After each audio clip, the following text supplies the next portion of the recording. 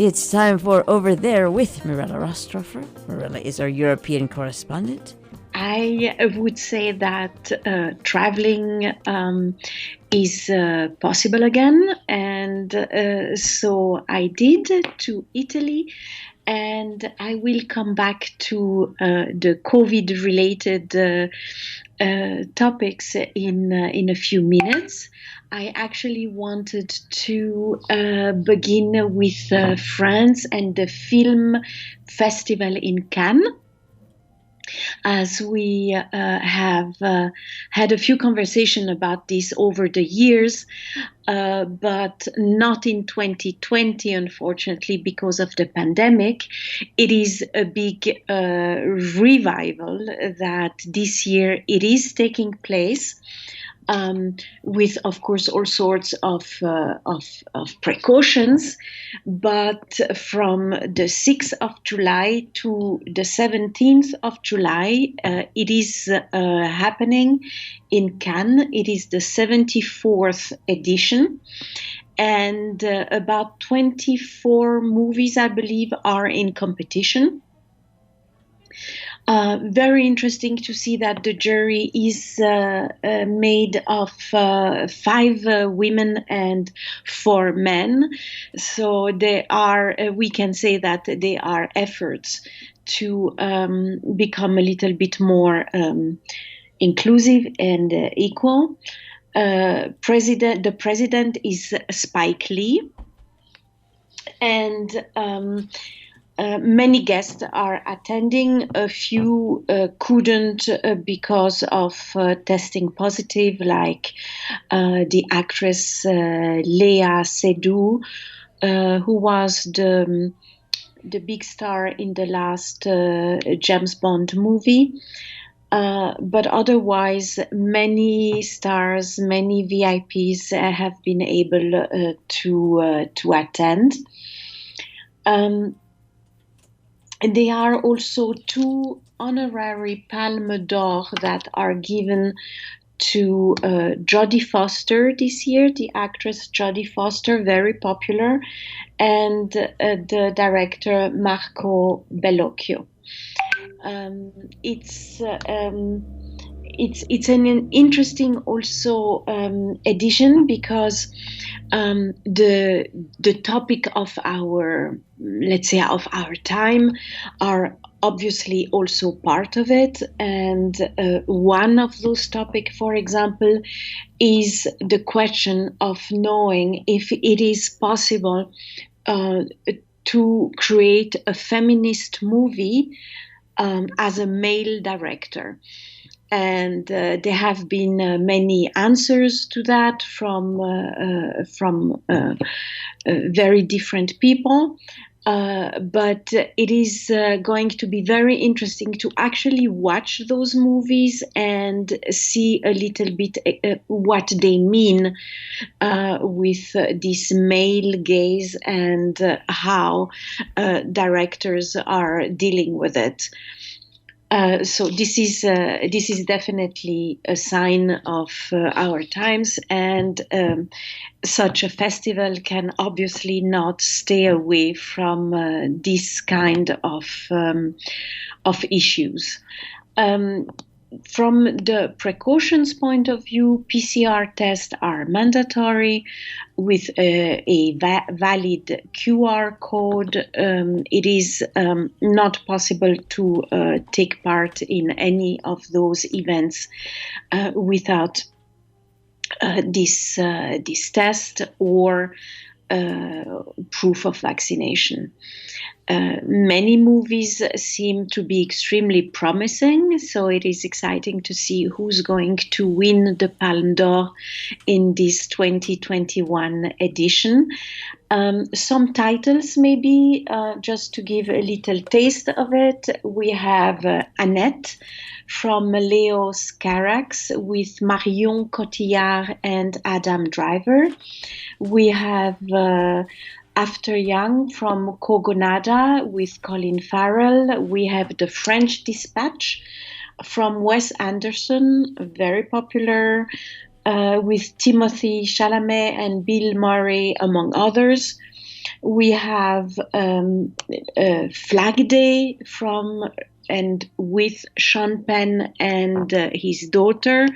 And we have many more that I cannot all list. But I would say that it looks like a very exciting 74th edition with many interesting movies. Some more entertaining, like in light entertainment than others, and some also creating discussions and themes to discuss, which makes, I believe, such a festival interesting in itself. That would be for the festival in Cannes, but we will certainly come back on that when we have a winner. Concerning COVID-19, a little update, because a lot is happening these days in Europe. Beginning with lifting of almost all legal restrictions in England on the 19th of July. Nevertheless, Prime Minister Boris Johnson is asking people to be cautious, because it would be a pity, in his opinion, to nullify all the progress that has been made until now. And the Delta mutation seems to bring some worries in all countries. Nevertheless, there is evidence that vaccination is reducing hospital admissions and death, and that's the reason why Boris Johnson and his government is deciding to go ahead, nevertheless, with lifting the restrictions. Other countries, though, are doing exactly the opposite, and that's what becoming really interesting in Europe, is that some countries are going forward, others are going a little bit backwards because the numbers are not being so great. That would be, for example, Netherlands, where Dutch Prime Minister Rutte is sorry for easing restrictions too soon, which led to a level of infections that is at their highest. And as a result, some restrictions are going to be imposed again in restaurants, nightclubs, and bars. As far as France is concerned, from July 21st, everybody will need a health pass to be able to go to theaters, shops, bars, and cafes, or even to travel long distance. Plus, and that is a major point, all health care workers will have to be fully vaccinated against COVID by September in order to be able to stay in their in their profession and keep their job.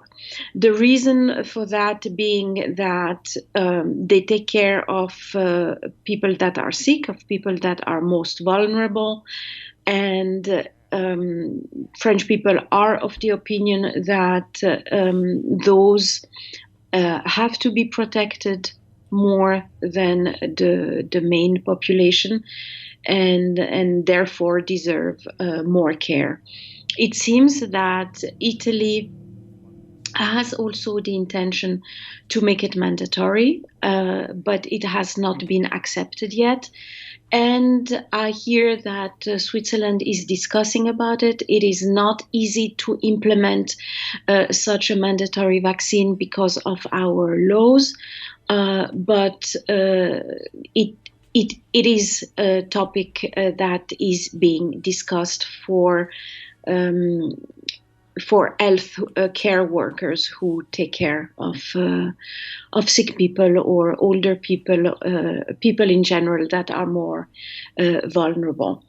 That would be our little update on COVID-19. So we can see that there is some life back. I was in Italy a couple of days ago, and I could see that everything is picking up, though very little tourists, a lot of American tourists, because our borders have generally open to all Americans who want to travel.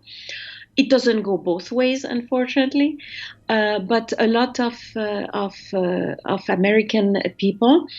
One could see also that in Italy, people, generally speaking, continue to be careful, even when it's not mandatory. Wearing masks in closed spaces, or in elevators, or in lobbies from hotels. There is this feeling that because they have had such a disastrous time with the virus, and because they have lost so many people, they are still being cautious, even if it's not mandatory. So that was a little bit my feeling, that things are going back to a new form of normalcy, but it's definitely not the Italy of before pandemic. For that, it would be too early, and one has to see how it's going to develop in the next few months. And that was our update on COVID-19 in Europe, also emphasizing the fact that festivals and concerts and sport events are taking place, and in spite of precautions and restrictions, it really looks like people are having a lot of fun. Thank you very much, Mirella Rastorfer, over there. My pleasure.